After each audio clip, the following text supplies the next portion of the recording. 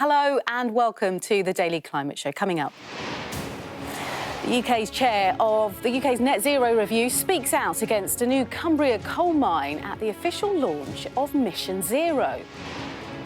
How atmospheric river storms batter in California being made worse by climate change. And why beavers are being reintroduced in Hampshire as part of a biodiversity transformation.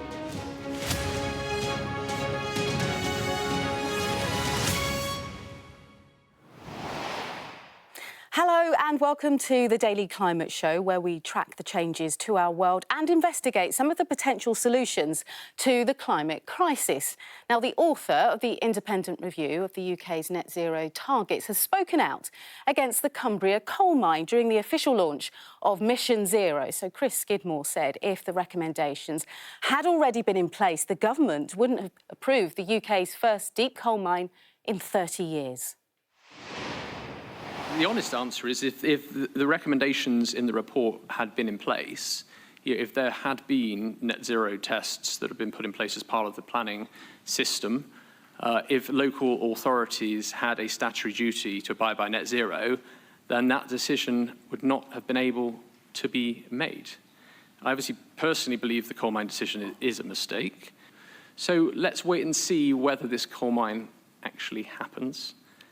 But if this report was taken forwards, it never will. Well, during the launch, Mr Skidmore said the choices that are made this year will affect whether net zero can be achieved, echoing his warning in the report that the UK needs to move quickly and take advantage of opportunities presented by decarbonisation. Chaitanya Kumar, the head of Environment and Green Transition of the New Economies Foundation, joins me now. Thanks so much for joining us this afternoon. Thank you. Thank you for having me. So, first of all, you would have heard there from Chris Skidmore saying practically that the coal mine in Cumbria, it was a mistake. It wouldn't have happened if this review was in place. Do you think that's encouraging language as we move forward towards the potentially opening of this coal mine? I think it is. And the key sentence he mentioned was, we'll wait and see what happens with the coal mine, because the Secretary of State might have approved it, but I think we still have a long way to go before actually digging the coal out of the ground in Cumbria. But the bigger picture, of course, is really looking at the fact that we still do not have our institutions and our policies and our laws in line with net zero. The fact that a local authority, for example, on the basis of jobs, on the basis of a few other things that might just benefit a few people in a local area, which is also doubt, is up for debate, can undermine sort of the net zero legislation altogether is up for debate, is a serious concern. So what we really need to think about is how do we align a lot of our institutional mechanisms, policies and laws in line with what we've got with net zero. And Mr Kumar, one of the more prominent aspects of the review was talking about how net zero can actually help boost the economy. Did you think that was quite encouraging? It was, and I'd argue that was one of the highlights of the review. If you consider the background to this review, it was commissioned by the former Prime Minister Liz Truss, and some of our cabinet members really had a doubt whether net zero was a good thing, or perhaps we were going too fast on net zero. And that's why they commissioned this review. And the review comes out very clear. It's fairly unambiguous in stating that the biggest economic opportunity for Britain in the 21st century is in net zero, is really in inviting investment for the low carbon economy of the future. And it's also on sort of addressing some of the bigger challenges, the other challenges that the government has identified, like levelling up, the fact that parts of the north are left behind in many ways.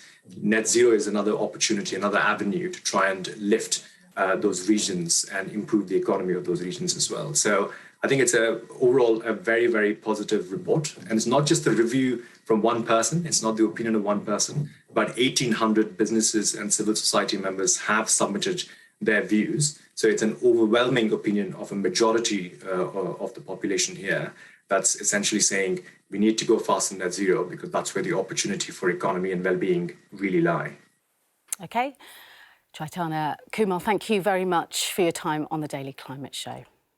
OK, let's take a look at some other stories making news today for you. And climate activists have occupied a giant digger at a coal mine in Western Germany. It's all part of that ongoing protest against the destruction of a nearby village for the expansion of a separate mine. Now, energy company RWE said that 4 people climbed onto a digger early this morning and operations at Hambach lignite mine, well, they've been paused. More than 50 heads of state, international organisations and business leaders are meeting in the Swiss alpine resort of Davos this week for the 2023 meeting of the World Economic Forum, with discussions on the programme heavily linked to climate change. Now, some activists have raised concerns about greenwashing at the summit, and campaigners, including Vanessa Nakate and Greta Thunberg, will travel to the resort in the coming days, bringing a cease and desist letter to oil and gas CEOs, demanding they stop any new oil and gas projects. Now, the US climate envoy has backed the United Arab Emirates' decision to appoint the CEO of a state-run oil company to preside over the upcoming UN climate negotiations in Dubai. Well, John Kerry said Sultan Al Jaber's appointment was a terrific choice, citing his work on renewable energy projects.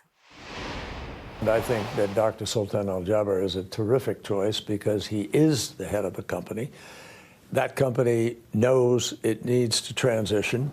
He knows, and the leadership of the UAE is committed to transitioning. And in fact, the UAE is one of the largest investors in renewable energy.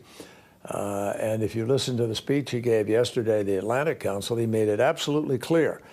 We're not moving fast enough. We have to reduce emissions. We have to begin to accelerate this transition significantly. So I have great confidence that the right issues are going to be on the table. Almost 4,000 baby seals have been spotted along a 5-mile stretch of coast in Norfolk this winter, a record number. It demonstrates conditions are good enough to support a healthy colony. P.T. Ansell, chairman of Friends of Horsey Seals, which works to protect the animals from disturbance, said the population boom, when it's down to the fish, as currently the North Sea is providing enough fish for thousands of seals. Beavers are set to be reintroduced into an enclosure in Hampshire, marking the first time in 400 years that they've lived in the country in southern England. Now, a pair of the semi-aquatic mammals will be released to Ewhurst Park Estate, which is being restored for nature and sustainable food production. Now, storms in California continued over the weekend, bringing renewed fears of flooding and mudslides after weeks of heavy rainfall. More than 19 people have died and flood watches remain in place for around 8 million people. Now, the latest storm is expected to bring up to 3 feet of snow in Sierra Nevada, and back-to-back atmospheric rivers have been blamed for huge floods. But what exactly are they? Well, I'm joined now by the Royal Meteorological Society's Chief Executive, Professor Liz Bentley. Liz, thanks so much for joining us this afternoon. Good afternoon. So just let us know, what are these atmospheric rivers and why do they, in some cases, cause so much trouble? Yeah, so these are narrow bands of areas high up in the atmosphere that hold more water vapour, more moisture in the atmosphere. They're effectively rivers in the sky. And because there's more moisture there, more water vapour, it means that when they reach land and they form cloud, we find that there's extra amounts of rainfall that fall from these atmospheric rivers, the normal weather systems. So it's a continuous feed, a conveyor belt, I guess, of moisture coming right transported long distances. They're very large-scale features that you can see from space. Satellites can pick them up, particularly those satellites that just look at water vapour themselves.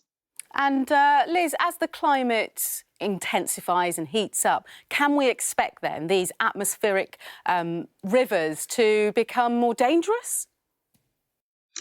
Yeah, so as our climate warms, we know that the atmosphere can hold more moisture. So a 1 degree warming in global average temperatures leads to about a 7% increase in the amount of moisture that it can hold. So we expect these atmospheric rivers to be able to hold more moisture in a warmer atmosphere than they would normally do prior to human-induced climate change. So they're going to become more active. There's more moisture there, therefore we're going to see heavier rainfall events. And that's been played out obviously across California at the moment, moment with the extreme rainfall that we're seeing. So, it really very much is a signature of what our climate is starting to look like and will continue to look like going forward in time. Let's talk to me about adaptation in this area for a moment, because I know that forecasting of these atmospheric rivers, they can be, about 5 to 7 days in advance? Yeah, they're very large-scale systems. So our computer models that look at forecasts a few days or a few weeks ahead pick these systems up quite nicely. And then you have the local detail of where that rain's going to fall, or snow in the case of the rain that's falling over the higher ground. It falls in the form of snow. And so we can predict these things well in advance and put warnings in place. So part of, I guess, the adaptation is to get early warnings out. We can't stop the rain from falling, but we can warn people to be able to take precautions during these heavy rainfall events.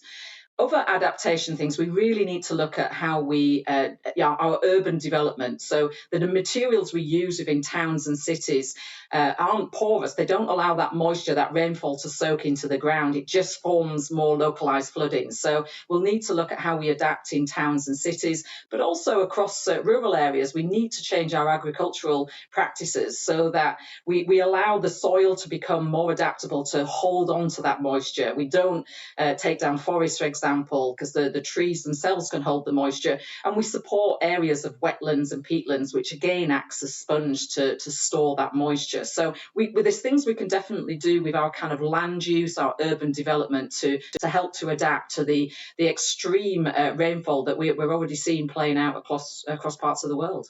And Liz, just briefly, if we look closer to home, you will know more than anyone, we've got forecast a lot of rain previously and coming up in the next few days. Can we expect here in the UK to experience more of these types of rivers closer to home?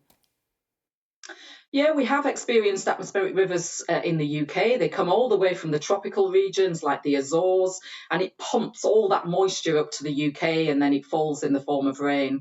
We have weather systems as well that come in off the Atlantic, deep areas of low. So we kind of get hit by both effects, I guess, the atmospheric rivers, but also our weather systems developing off the Atlantic. And again, we're looking really to when the next weather systems are going to come in, because the ground's already saturated, and any extra rain falling on it will lead to further flooding. OK, Liz Bentley, really interesting to talk to you. Thanks for your time on the Daily Climate Show today. Well, that's all from us today, but don't worry, we're back tomorrow with a whole lot more. See you soon. Bye-bye.